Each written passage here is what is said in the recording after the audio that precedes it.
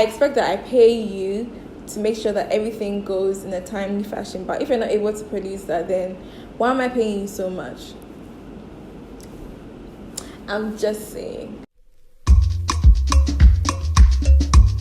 Hi everyone, welcome back to my channel. So I want to wish everyone a happy new year. Thank you so much for sticking around. I uploaded my Ghanaian traditional wedding video a few weeks ago. I'll link it down below, and I had so many questions about wedding planning in Ghana, what it took. I asked you to send your questions on Instagram, and I had loads of questions, so I'll be answering them today. If you're interested in knowing how my wedding went, what entailed in the planning and everything, keep on watching. So I'll be looking down because I'm looking at the questions on my phone, so I'll be doing that a lot. So the first question is budget and cost. That was I think the most asked questions. When I was planning my wedding, there was no one to go to ask how much things cost, get an idea of how much weddings really cost. So weddings in Ghana, the budget or the cost would depend on how you want your wedding. So obviously, if you want a hotel wedding, or if you want to do your wedding in a garden, or if you want an event center, or even if you want to do it at home, I mean the cost will vary. So basically for us, we did our wedding in a hotel because I didn't particularly like an outdoor wedding because I didn't want to get hot. I didn't want an event center also because they usually come with a standard design that you can't really manipulate. So they usually have these drapings inside. I'm not really sure, but I just didn't like the feel of an event center. So basically the hotels have a policy, they have a policy that you can't bring in food or you can't bring in drinks. You have to use the hotel's food and drinks. Even if you bring in drinks, you have to pay xoxo on every drink, and it was really expensive. I did my wedding at Kempinski. I'll give you an idea of how much hotels cost because I did ask a few other hotels how much it costs to use a space for a wedding. So basically, Labadi Beach Hotel, Marriott Hotel, Kempinski Hotel, Movenpick Hotel. The price will range from per head, including food and drinks, and then the space, anything between $60 to $120 or $150, depending on what you want. We did ours at Kempinski Hotel, and that cost, they have different packages. So the wedding package is anything between $90 to $120. So obviously, the total cost would depend on the number of guests that you're expecting at your event. The next one will be the cost of decor. That's another huge cost. So for a place like Kempinski to do your decor with the vendor that I used, which was Let's Be Seated, depending on what you want. If you want a backdrop, if you want the ceiling decor, I'll insert pictures of what we did at my wedding. If you want ceiling decor, if you want glass tables, if you want fresh flowers, artificial flowers, all of that will determine the cost of your wedding. So I'll say anything between 50,000 cedis to 100,000 and over, depending on how you want your wedding to be. If you want the whole floor to be covered with white, I mean, all of that will determine the final cost of your wedding. So for the other things like photography, videography, makeup, hair, the other things like my gown, wow, there's so much cost that goes into it. For photography, it's anything between 5,000 cedis. For both the wedding and the traditionals, anything between 5,000, 10,000 or 12,000. And for videography, the prices are quite similar. But if you have someone who does both, like Akai does both photography and videography, you could get a different kind of package. So so that's how much you could be charged for photography. My makeup cost, I would say 1,200 or 1,500. I used Miss Lawson. That's how much cost for my makeup. For my traditional wedding, she gave me a discount, and that was nice. So for me and my mom and my sister, I think I ended up paying about 2,000 cedis. After the 2,100 cedis after the discount. For my wedding hair, I paid 500 cedis for my hair and my bridesmaids, two or three of my bridesmaids. Wedding gowns, depending on the style, it can range anything. I did my gown at Pistis. It could range anything between, depending on what you want. You can budget depending on how you want your gown. If you want a full lace gown, it's a different cost. If you want a short gown, all of that. So I'll say the range will probably be from $1,000 up for your wedding gown from Pistis. That's why I did my gown. So that's where I can tell you about. Well, I think those are the major costs that are involved in a wedding that I think you should know about.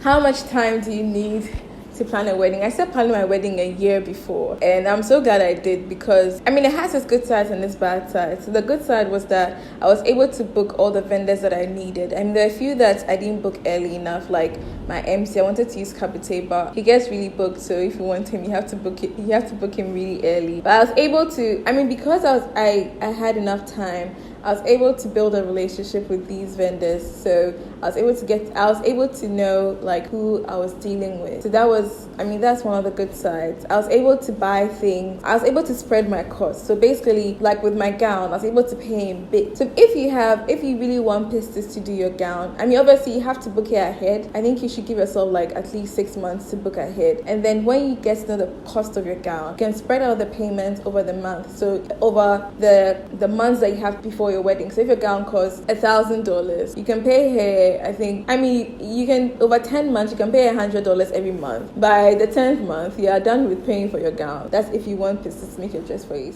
So for vendors, I'll give you a list of all the vendors that I use. On the day of the wedding, like every vendor came through, like from my cake to photographer, videographer. Like I didn't have any stress. Like I didn't have to call anybody. It was no stress at all. Pistis came in time to wear my gown for me. Photographer came in time when my makeup was nearly done. Like they come at a time where it's very convenient. They're not there just sitting down waiting for you to finish your makeup or your hair. They are there at the right time. They were there at the right time when everything, I had to document, like they had to document everything. Decor was done in time. Like I didn't even have to worry about the decor because I knew it would be done in time. Come on.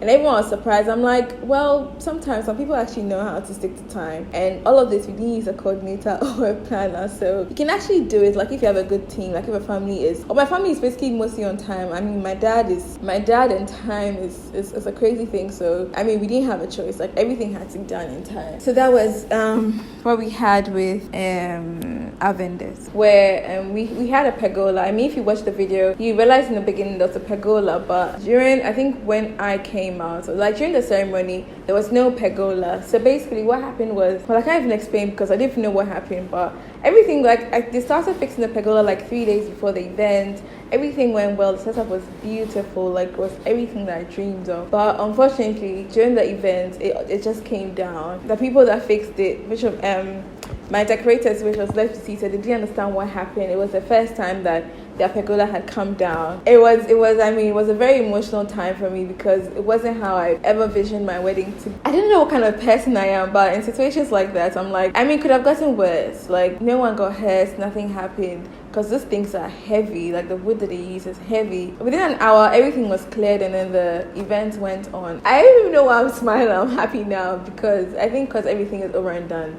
And I'm married and I'm happy. That's why I'm laughing now. But we're able to resolve the issue. So basically they refunded me back my money for the decor. Like the whole amount, they refunded it. I still use them for the wedding because they're really, really good. They're really, really good at what they do. So we still use them for the wedding and the wedding was amazing. But that's what I was saying about using really good vendors, like people who are concerned about their brand. You can tell me, but I don't know of any Ghanaian company that will give you a full refund for something like this. When these things happen, it's not usually about just giving back the money because it's a whole experience that you could never give back to the bride or the family or anything. Like you've messed it up for them and you need to take full responsibility for it because they're never ever going to have that day back. They trusted you to do it and you're supposed to pull it off. Like, if you cannot be a wedding vendor, like don't venture into it because it's a very sensitive area that you don't want to mess up someone's day. You cannot have another engagement unless you remarry, or you cannot have another wedding unless you remarry. So it's a very sensitive day that you shouldn't take granted. Like you shouldn't take it for granted if you're a wedding vendor. Like you need to deliver to the fullest. And obviously no one is perfect. There are things that can happen that you didn't foresee. If you're a wedding vendor and stuff like this happens, you should be very apologetic in the first place. You should refund the person their entire money. You should, if you have a way of trying to make it up for the person, you should try and do that. It's your business. It's the client's special day. And you wouldn't want to ruin that for anybody. Look, the stories I've heard about IG vendors. I don't say IG vendors, but IG vendors, like people who have so much hype on Instagram. I did my research. I did my research. I spoke personally to all these vendors. Like I went to them, scheduled meetings, appointments, whatever. Spoke to them. I had a feel of who they are because just looking on Instagram to get to know people, like just to book a vendor is the worst thing you could do. Talk to the person. Talk to people who have used the person before. I keep saying this. Go onto their pages, look for brides that they've worked with, that they've posted, and speak to the brides directly. They are the only ones who can give you the best recommendation about these vendors. Don't look at how nice the pictures are or how nice the events looks. Look, there's so many pictures that are on Instagram that are made to seem like the event was like so good, but trust me, they are 80%, maybe that's a bit too much, but they are most often than not what they seem on Instagram. So please don't be deceived. So the photographer, he's my friend. It wasn't difficult picking him as my photographer because I really loved his work. But I wanted someone who take their time to edit their photos and give me what I wanted. I wanted timeless pictures. I wanted pictures that I'll look at forever and be very, very happy with. What I did was I went back to look at old pictures from years ago of most of the photographers to see whether I still like the pictures. And for him, his pictures still look really great. He's not really an IG. He's not even an IG photographer. He just has a page, but most of his work is on his website. So if you wanted to have a look at it, you could just look at it. For my makeup artist, I was going to use a Nigerian makeup artist, Flawless by Jane. I've loved her work. For years, her work looks flawless. Also, when I go back and I look at her work a couple of years ago, it still looks amazing. It still looks the same. The brides don't really change that much. They just look like it's just enhanced beauty, and that's what I really loved about her work. But unfortunately, the total cost was going to be too expensive. I didn't think it was worth it. So what happened was my friend Annie, the style innovator, the one who recorded my previous vlog for me, my part of my Ghanaian traditional engagement. She met Valerie. I know Valerie, but she met Valerie and she told her, because Annie was helping me with recommendations for vendors to use. She knew people. I'll speak to her about people that I've spoken to, and then she also helped me think through who to pick and who to use. So she met Valerie and then she spoke to Valerie. That's how Valerie gave me a discount for my makeup, was through Annie. Yeah, once she offered me the discount, I'm like, yeah, why not? Yeah, but then the overall communication with Valerie was amazing. She's very professional. Among all the makeup artists that I spoke to, she's the one that her work just looks so professional. Communication was so quick. When you send her an email, she sends you one right back. She had a whole she has a whole booklet of not booklet, a whole PDF file of what to expect, the packages, what happens if you default, what happens if she defaults. You have to fill out a form to take out allergies. I think that was very, very professional of her. She was really sweet. That's why I chose her, basically. Of course, I keep saying relationships. So that's what happened. So for event centers, I'll list it below of all the ones that I know. I think Jandel has a tent, unique floral tent. There's the event center. I think it's a trade fair.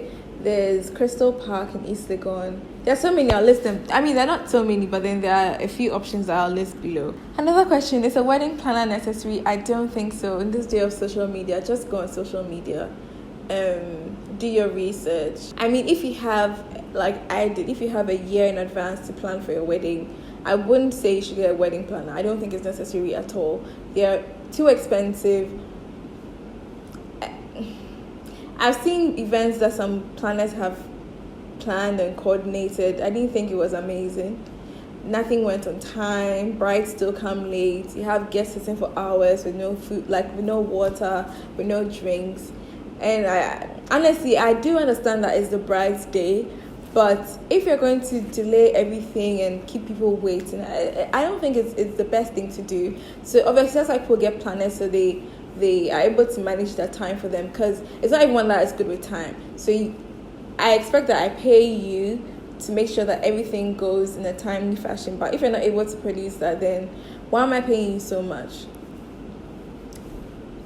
I'm just saying. So if you have time ahead, I don't think you should get a planner. If you have just a month or two ahead before your wedding day, obviously you should get a planner, because I guess they will be able to get you the vendors that you want. They're able to cut the queue, or if the vendor, I don't know, they definitely have a better relationship with vendors, so they can, if you have a short time, they can get you the vendors that you want.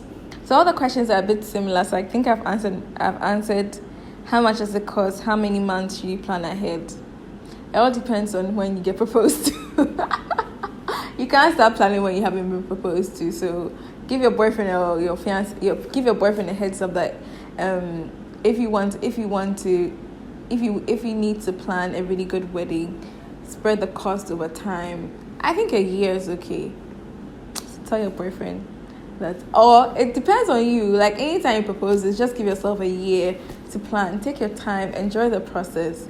It's best to do it that way. Did you consider doing traditional alone instead of adding white wedding to it? I mean, it really wasn't my choice. I guess some people get the choice to pick whether they want to do just a traditional wedding. Our families wanted both, so we had both. I wanted both. I mean, how expensive is the whole process? I think I should have probably answered this already. It depends on you. It depends on who you use. Would you recommend a wedding planner? I already answered that. When did you begin looking for vendors / begin planning? I think I mentioned that. Okay, the major things I started planning for first were the venue. I booked that really early because, I mean, my wedding was in November. It's peak season. November, December is peak season for weddings. So hotels get booked pretty fast, or event centers get booked pretty quickly. My gown, pistis gets booked really quickly. I think from now, we're in as at November, she was booked till April. So that just gives you an idea of how quickly you should book ahead. So for someone like an MC and DJ, I didn't think it was really important to book way ahead, but I got that wrong. There are not that many MCs and DJs in Ghana, I think. So basically, I wanted Kabite to be my MC, but unfortunately, he was booked.